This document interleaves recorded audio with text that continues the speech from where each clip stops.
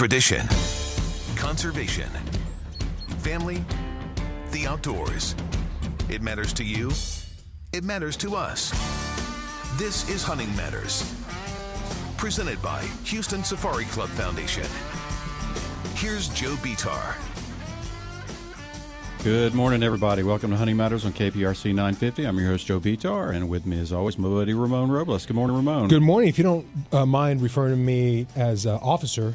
Officer? Is that what game wardens are called? Yeah, but where's the khaki uniform? Well, that's coming. It's in the cleaners right now. Right. I had to pull out the khakis from the closet. Yeah, Carter Smith, the executive director of Texas Parks and Wildlife, was on last week and made Ramon an honerary game warden. I don't think it's honorary. I got official? a legit badge, everything, the whole nine. The whole I got deal. a car. Oh. Yeah. Well, they actually do trucks. Yeah, that too. I got a car and a truck. Actually, it's an El Camino. You got a Texas Parks and Wildlife motorcade sitting out front of the studio. I can park wherever I want. It's fantastic. Oh man, you're just cool. I can only aspire to be you at your level. I think I can deputize you after 6 months. Once I'm done with the training, yeah, absolutely. Yeah, if I pass the DNA test. Yep.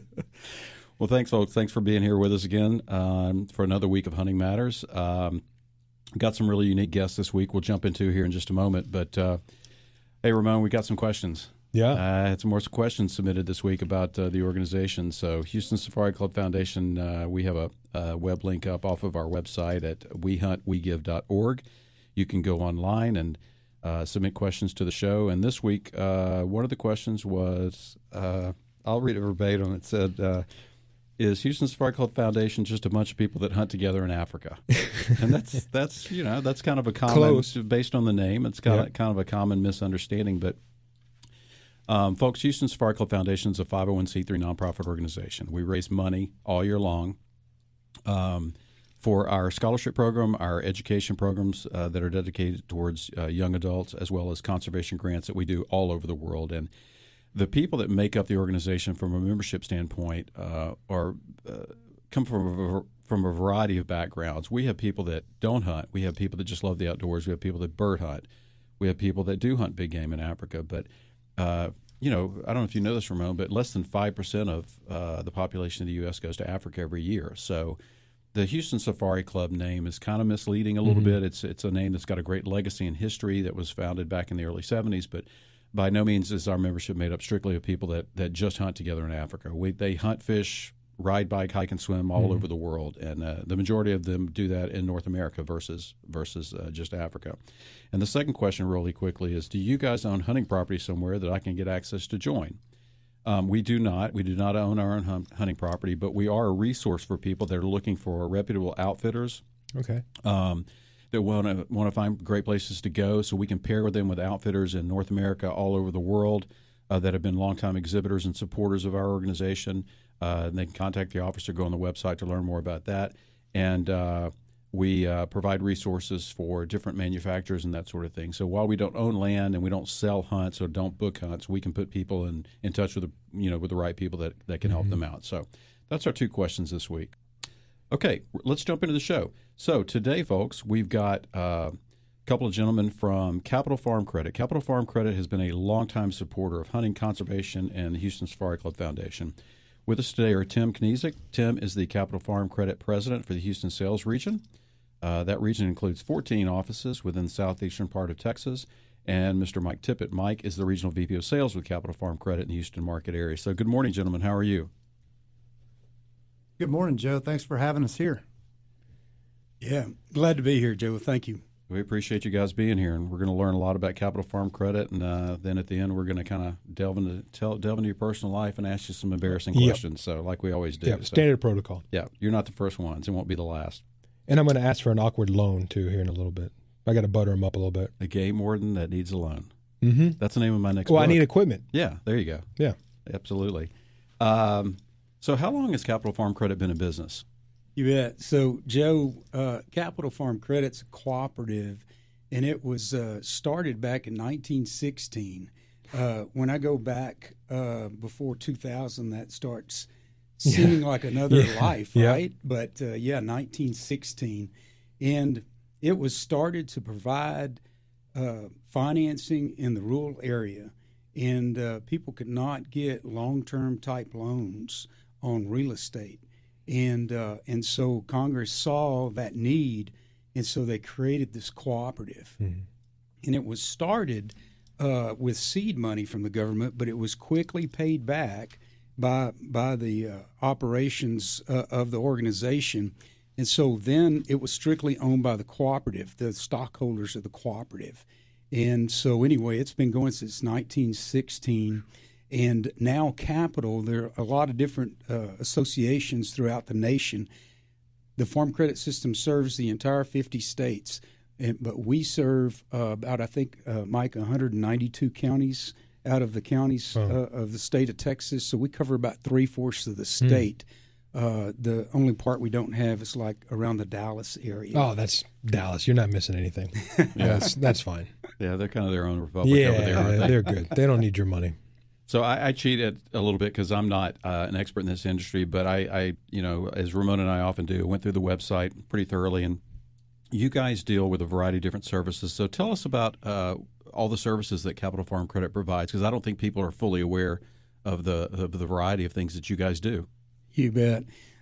Not really knowing where all your listeners are from, but we have a large portion of our borrowers that come from within the Houston area, and so when they come out, or if you live in a rural area and you're there, we provide financing, a lot of deals with land when people want to purchase land. But once they get there, there's always things I tell people, don't use up all the cash flow on the land payment, because you're going to need equipment. You're going to maybe want to go out and fix up, for some hunting areas and things like that. So we can finance really anything kind of connected with that land and the operations. And some of our borrowers that, our mission is to serve agriculture. So some of our folks that are more involved in agriculture, really, we can actually follow them outside of agriculture. So, wow. Well, we're going to dig a little bit more into that when we take after the break here. We're going to take a quick break.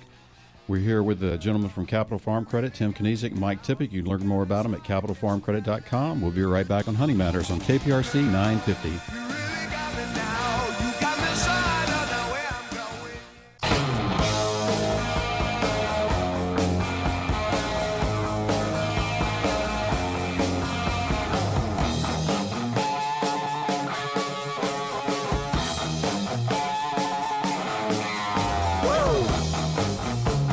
Welcome back to Hunting Matters on KPRC 950. Well, played a little bit of the maestro there. We lost this week. Eddie Van Halen. Did you ever see him live? Never did. I guess you did. Younger. Of course you did. Much younger. Yeah. Pre-Van Hagar.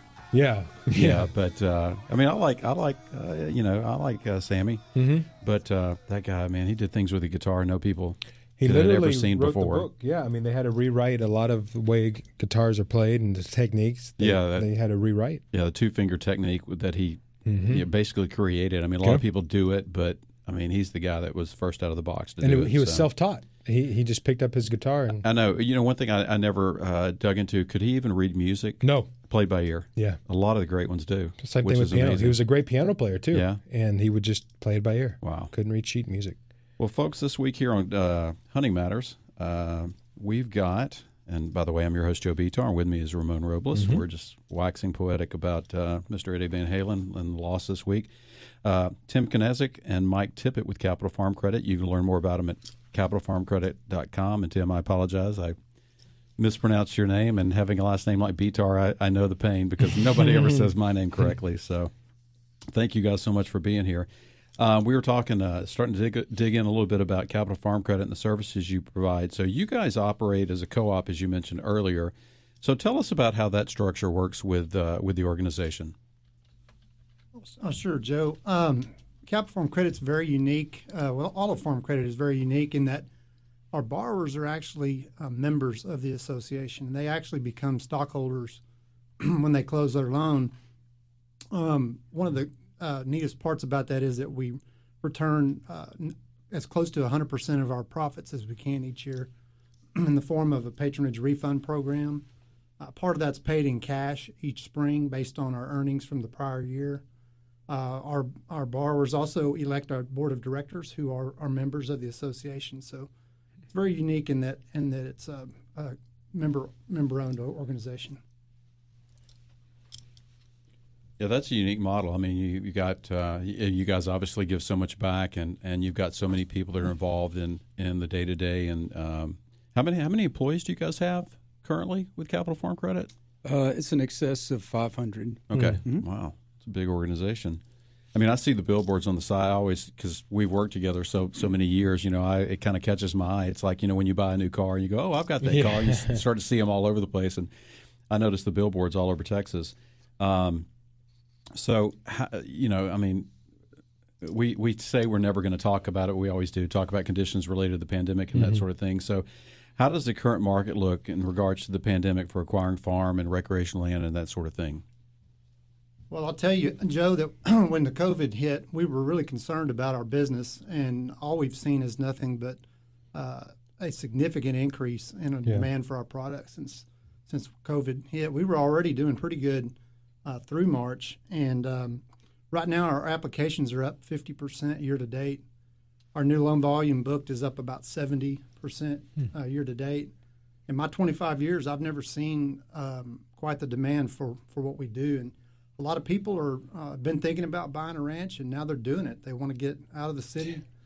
They want a place to go relax. You know, if they're going to be quarantined, they might as well be quarantined on a ranch where they can, you know, go ride their buggy around when they get off work. It's just a really unique situation.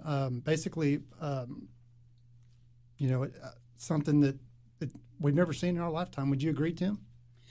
Yeah, it was pretty incredible because I think, you know, in the middle of March, I guess it was Sunday, they called me and said, and I've been in this position since the first of the year, and they said, "Tim, only 36 of your 72 employees will show up tomorrow." And so it was a mad scramble, not just for our business, but for a lot of people, you know, and as we worked through that. And so the real challenge is to do this incredible amount of business with people displaced in different areas, and all the IT work that went together to bring our people together to allow them to work from different places and keep our people safe. And, you know, it was just really an incredible effort. And the industry in itself went through all of this with the volume of business. You know, if you talk to other people in the real estate business, when we talk to my daughter's a real estate agent in their business here in Houston, and their business is just really doing well. You know, there are parts of the real estate business that, you know, if you drive by and look at maybe some of the movie theaters and restaurants, unfortunately, those are a little bit a different situation. But from what we're told, multifamily housing, you know, within the Beltway, industrial properties. I don't know if you notice when you drive up and down 10 or some of the other corridors that there's a lot of dirt turning. And I guess they're making America great again. Yeah. You know? Yeah, I mean, we have a place that was just bulldozed near our offices that they're starting to build again, and I see a lot of commercial construction. I know there's a lot of commercial spaces that are open, but kind of want to go back to the point Mike, that you made earlier. So, do you think it was people want to change the scenery? Do you think it's people? I mean, what do you think is really, really driving this? You know, it's the term that we keep hearing is urban flight. People are just being cooped up in the city during these long quarantines. I mean, I hear stories about people being stuck in their apartments for a month at a time, not being able to have any outside contact. A lot of them, because we'll ask people when they come in, you know, why now? And a lot of them say, well, you know, I've been looking for a ranch for several years and had a little extra time on my hands. Working from home, I don't drive an hour each way to work. So I've got more time to spend shopping, and I've got time to do research. A lot of them, I mean, there's been some situations, too, where we see people are taking the opportunity to upgrade to a bigger place. Well, then somebody's got to come behind. They're going to buy a ranch, but then somebody's going to come behind them and buy their ranch. In some cases, then they've sold a ranch.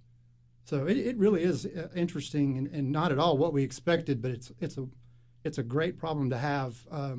You know, we do have a lot of people that are working a lot of extra hours and putting forth a lot of effort to deliver the product, and it's taken its toll at times, but we're getting through it, and it really is a fun problem to have.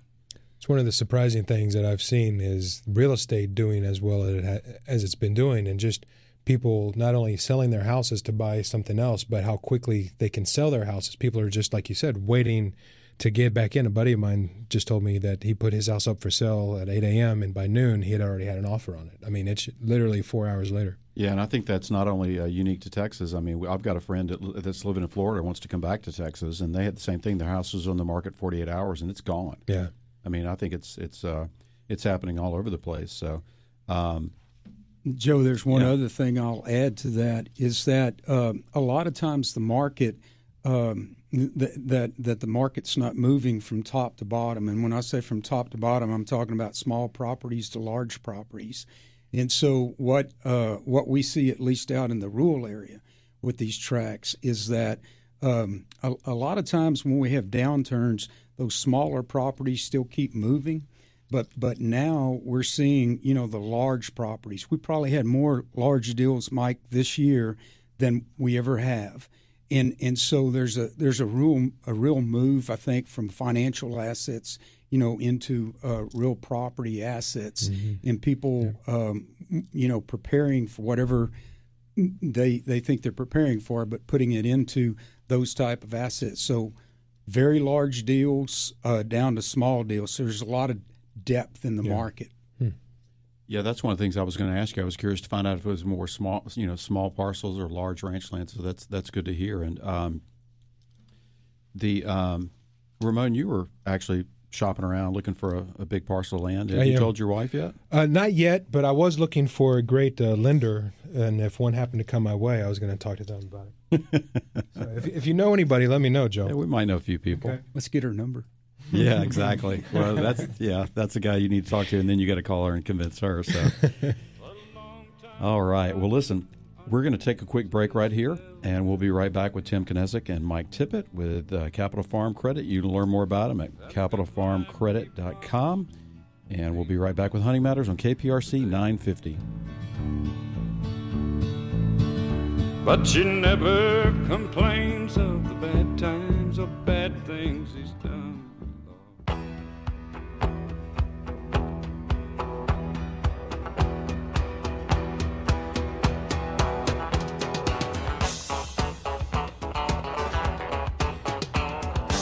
Joe, can you give me a better song about a wooden Indian than this one? Are there that many songs about wooden Indians? Not as good as this one. No, this is pretty sweet. Little I haven't heard Kalijah. that in a long time. Hank Williams Jr. Oh, yeah. Sure. That's another guy I saw live in concert.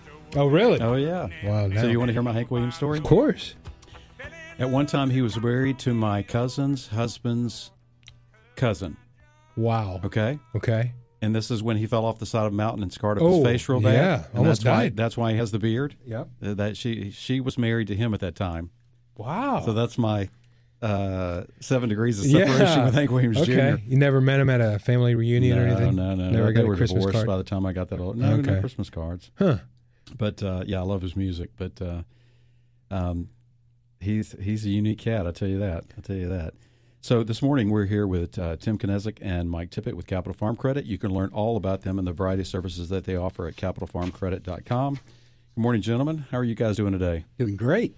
There is something about people in their industry that know where to bring the best donuts, and that is what we're experiencing this morning. We appreciate it, guys. Thank you. Best coffee, best donuts. I haven't seen the donuts, so what do you have over there? Oh, you didn't? Oh, sorry. Never mind. We'll talk about that later. Okay. Yeah, thanks for sharing, Ramon. I've been dieting for 6 months. I need a break. Yeah, well, donuts are the way to go then. Yep. Guys, we were kind of talking off there a little bit. One thing that we didn't bring up earlier is that, do you guys just only operate in Texas, or is this something that goes out of state? Yeah, you bet. By the way, she was my cousin too, Joe. Really? Yeah. No. Well, you know what they say about the backwoods. No, the thing about, we operate within the 192 counties that I talked about, and we don't operate in that Dallas-Fort Worth area. But if you live within our area, which anybody in this listening area would live within our operating territory, we can follow those folks as they go and buy ranches and other places. In fact, I'm headed up to early next month to go with one of our borrowers on a place we financed in New Mexico. Oh, nice. And we've, oh gosh, I imagine there's not a state that we haven't made a loan in probably, so we can follow that relationship wherever it goes. Very cool. Oh, that's good to know. So the show's called Hunting Matters, so I've got to ask you, what kind of services do you guys provide for hunters specifically in hunting land-related purchases? You bet. So probably the most important thing other than the animal that you're hunting is the land that the animal's standing on, right? And so primarily that's where we really come in with a favorable product in the market, and that is for the ranches. Now, as far as what percentage of our business is in hunting properties, it's going to vary by territory. So we talk about the Texas Triangle a lot, which is kind of the Houston, San Antonio, Dallas area. And a lot of times you find a little bit more lifestyle, just appreciation of the weekend and retirement kind of things. But there are some hunting properties that are in that. But, so our percentage of hunting properties in that area might be a little bit less percentage-wise. But you head to South Texas, and you get below, San Antonio down there, and that's a whole different story. So we've had I've been in the business 34 years. It's going to be coming up, and our footprint is very, very big down there on hunting properties. You bet, in West Texas too. Right. Yeah. Do you see a specific area where people are heading to more than others? I mean, is there like a hot zone of activity where more people are going to or towards? You want to take a shot at that, Mike? Yes, I can answer that question very easily, Ramon. Right now, it tends to be the hill country. Yeah. And why I know that is because we have had several deals over there lately where the appraisals, turnaround time is unlike I've ever seen, and it's just a function of demand. And not only our staff appraisers that are working their tails off, but also all the fee appraisers that we've also engaged to help us meet that demand are all full up too as well now. So, in my opinion, based on what I've seen, it's hands down the hill country area that is the most active. So the interesting thing about the way the market heats up, and I've noticed this over the years as I've watched it, is let's take Houston for an example. As you start getting hot areas, they don't just move out in all directions equally. There will be areas that get hot, and then they'll get overpriced, and then all of a sudden the market starts moving in a different area. And that's kind of what we've seen. Now, the hill country's been hot for a long time. Prices get up in an area, and then we see other holes start kind of filling in. So it's kind of interesting to see how it's just not fluid where it moves evenly out. Okay. Yeah. Is there any place, any secret you want to give me to where I should be buying now? You know what? Here, just point to this map. You don't have to say anything out loud. Just point here to the state. I'll just tell you that as long as you go through the Katy credit office, that's all that we need. I'll just plug myself real quick. Yeah, absolutely. So I will say this. One of the areas that we have a lot of attention on right now is that Texas Triangle corridor, because if you look at any of the research with the growth population of Texas, that's where they're looking at the growth happening, and it takes two things to make good real estate prices that I've seen. One is you got to have jobs, and the other you got to have more people, and that's what they're projecting for that area. So I can't really pinpoint an area, but I can tell you that everything we see in research and everything points that direction. Yeah. So we've got friends that live in Kerrville and Fredericksburg, and of course, what you say is true. I mean, it's been hot for a long time, and we came to Texas over 20 years ago, and I'm just amazed at how much pricing has increased in that area.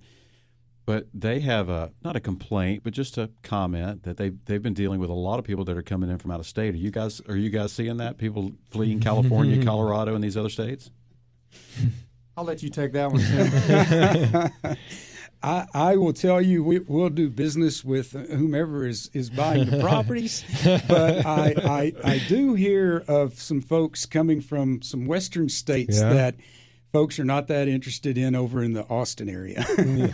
Imagine that. Yeah, I mean, I know a lot of money's come into the hill country, from different backgrounds, different states, a lot of California people moving into that area, so very high profile people too. High profile. I mean, Oprah's got a place out there now, and has for a while. But that's okay. I think that once they get here, most of them get kind of conditioned and acclimated yeah, a little bit. I love the company. I'll set another plate at the dinner table, but don't try to change my house. That's all I ask. Well, yeah, I agree with that. But so let's go back to hunting a little bit. Now, you guys do grants and scholarships and that sort of thing. So I'm just curious, what is it that Capital Farm Credit does to support conservation, the sport of hunting, and education? Okay, I'll talk about the conservation a little bit, Joe. Of course, one of our favorite organizations to sponsor is the Houston Safari Club Foundation, first and foremost. That's convenient. But we also support other organizations, for example, Ducks Unlimited, the Coastal Conservation Association. Those are two great organizations that come to mind. We also work with Texas Wildlife Association, Rocky Mountain Elk Foundation, and National Wild Turkey Foundation as some other examples. And those are organizations just like the Houston Safari Club Foundation. Those are great ways for us to get out and network with people and meet new people that are interested in sport of hunting and conservation. Whether they become a customer of ours or not, it doesn't matter to us. We enjoy what we do and building relationships, and hopefully building relationships that last for a lifetime. So I saw on your website there was a mention of the grants and scholarships programs. Can you guys kind of expand on that just a little bit? Sure. Joe, we've got a couple of programs. One thing we do each year is we've got a program that's 100 scholarships in 100 days. And what we do is throughout the state, we'll take applications from various high schools, and we will issue usually a $1,000 scholarship, I believe, every day for 100 days. We also have a grant program for urban, what were they called, Tim? The farmers markets. Yes, thank you, farmers markets. Oh, yeah. So we have a grant program there to help them promote their businesses. One of the things that we do a lot of, it doesn't necessarily have to do directly with conservation and hunting, but is our support for youth and their livestock programs throughout the state. And a lot of those people that are in those rural communities that are part of the FFA and part of the 4-H programs are also hunters and conservationists as well. But we spend a lot of time and a lot of resources in attending those youth shows and also supporting those projects monetarily. And it's one of the favorite things that we do in our business. Stewards of the community. How about that? I like that. And that's the reason I bring it up, because I think I know you guys don't like to pat yourselves on the back. You don't talk about it openly. I mean, obviously it's on the website and that sort of thing. But I think people need to understand that you guys are partners in hunting and conservation, outdoors, education, future farmers of America, and that sort of thing. And it's just a component you guys don't. Like I said, you don't pat yourself on the back for it. But I think it's important people to know that Capital Farm Credit is here for the people of Texas, and that you're giving back to the local and statewide community versus just, hey, we're just trying to look and make a deal, sell you some land. But the core mission and value is service, obviously, for Capital Farm Credit. So I just wanted people to be aware of that. All right, we're here with Tim Knesek and Mike Tippit from Capital Farm Credit. Learn more about them at capitalfarmcredit.com. We're going to take a quick break before we jump into the last segment. KPRC 950, Hunting Matters.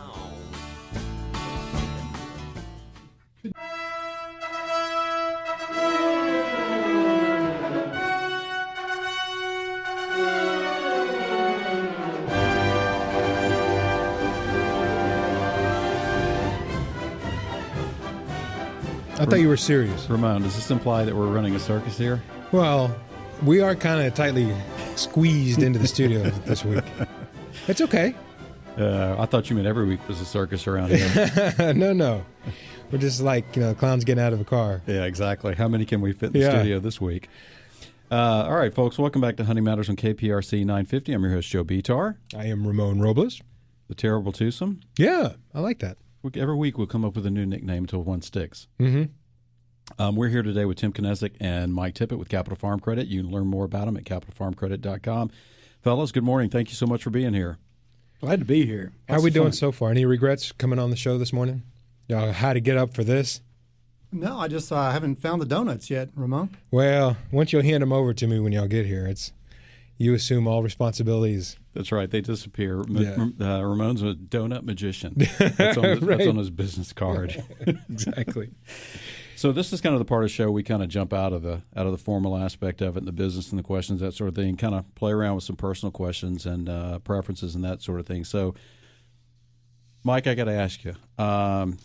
This show's called Hunting Matters, so I got to ask you, what's your favorite type of hunting and/or your favorite hunting experience that you could tell us about?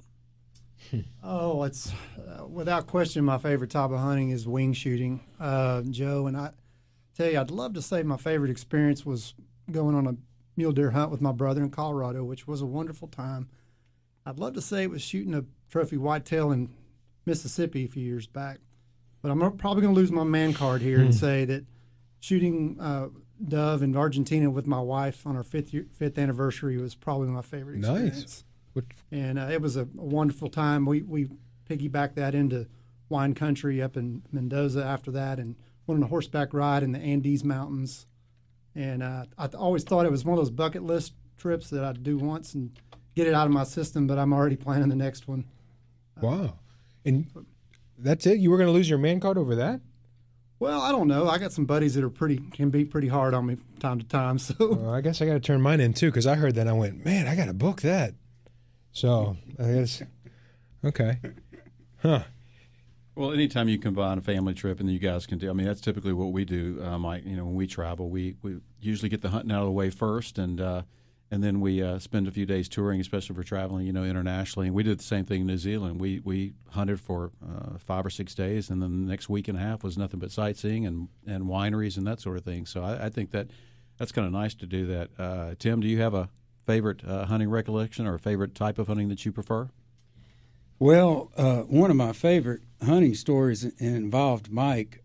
Our wives like to go to the Antique Festival in Round Top, Texas, and it happens to be during dove season. And I don't know if you've ever followed your wife around for a whole day over there, but it gets a little tiring. And Mike and I thought it might be a good idea to go get a beer and a chair and a gun and go set at my tank to hunt some doves, right? So anyway, we told the ladies that we were going to go back and put the steaks on the grill, and we did eventually.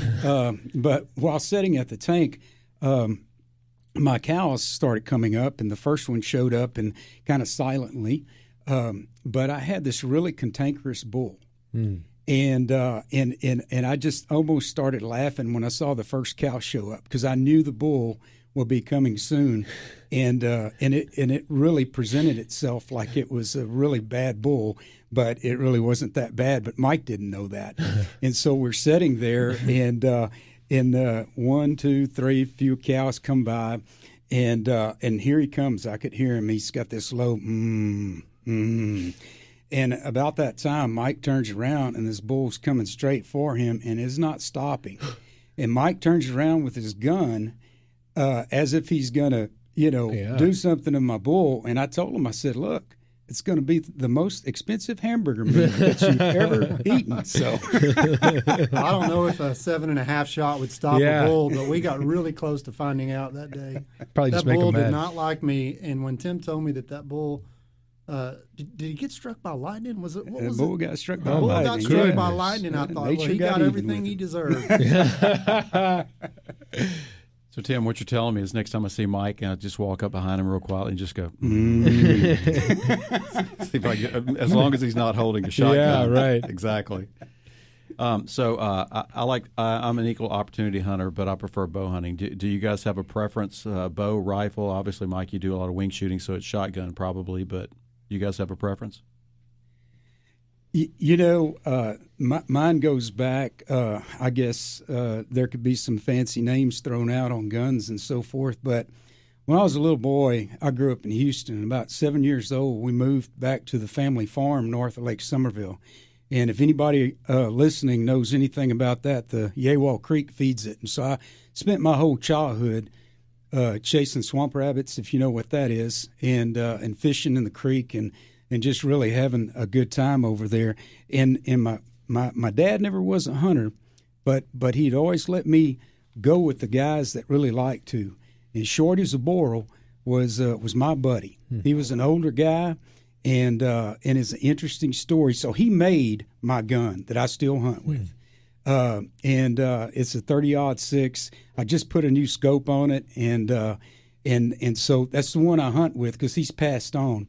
But kind of an interesting story is he had a little gun shop, and so I wanted to learn how to play the guitar, and so I was probably about 13 or 14, and so he said, well, come over, bring a $5 bill, and we'll sit in the gun shop and we'll play guitar. And so I learned to play the guitar, playing Hank Williams and Merle Haggard and things like that in the gun shop, sitting there with all his guns and ammo loading and so forth. And we'd tell a hunting story in between songs, and it was worth every $5 I paid. So was the $5 for guitar instruction? Yes. Oh, wow. That's not a bad deal. Yeah. Man, simpler times. Yeah. Mike, how about you? Oh, I mentioned wing shooting, but I'd have to say that my favorite hunting device, if you will, was probably going to be my deer rifle. It's a Remington 700 with a Leopold scope, bolt action, 7mm mag. And it was one of those guns that it's probably a 30-year-old gun, and it was accurized back before really people were doing that like they do today. And all you have to do is think about pulling the trigger, and it goes off, and it's done me lots of good over the years. It kicks like a mule, but you know that going into it, and you just get ready for it.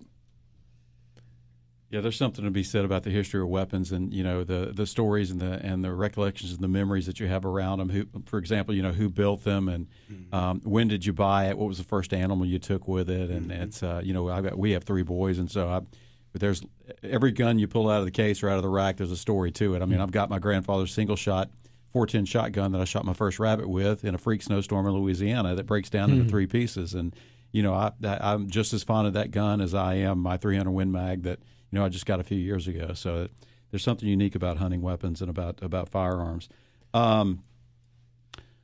What's your favorite wild game meal? If somebody had to cook a meal for you and they said you can have anything you want that came from the field, what would it be, Tim? It would probably be quail. Grilled quail. I really like that. It would be a good competition between that and some good backstrap, I guess. But I would probably take the quail. How about you, sir? Well, I would say backstrap up until the point that I went to Colorado a few years ago, and I was served elk roast with brown gravy and mashed potatoes. So I would say from that point forward, that's my new favorite game meal. Goodness. Yeah, you can't beat that. That and Ramon, I tell you, if you've never had them, elk fajitas. Incredible. Oh my goodness. Incredible. Stop. Yep. It's 7:00. That's not too early for lunch, is it? Donuts and elk fajitas? Yeah. That's a go. man's Let's meal get out right of here. there. That's a man's meal.